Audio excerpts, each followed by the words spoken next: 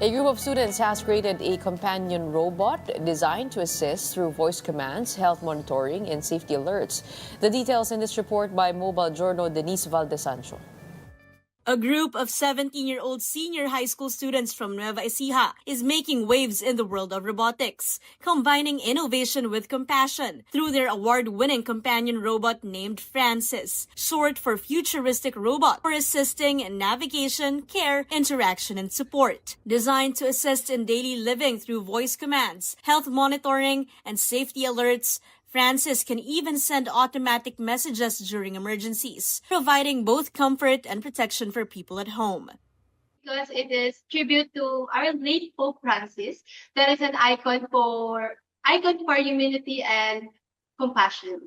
Developed by students Princess Arian Jacobe, Joselito Roglan, and Mary Silene Sermonia from TopLink Global College, Francis has already made its mark on the global stage. The team represented the Philippines at the World Robot Olympiad, where they won the Future Innovators category last September 21, 2025. They're now preparing to bring their creation to Tokyo, Japan, for the Science Castle World Edition 2025. For the team, innovation means not only creating something new, but also addressing real-life challenges.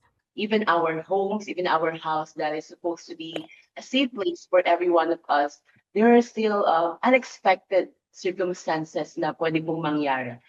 Coach Ernest describes the experience as inspiring, seeing young minds use innovation to make a difference. Nakaka-inspire din kasi siya ng mga kabataan, ma'am. So, lalo na ngayon na pupunta talaga tayo sa technology.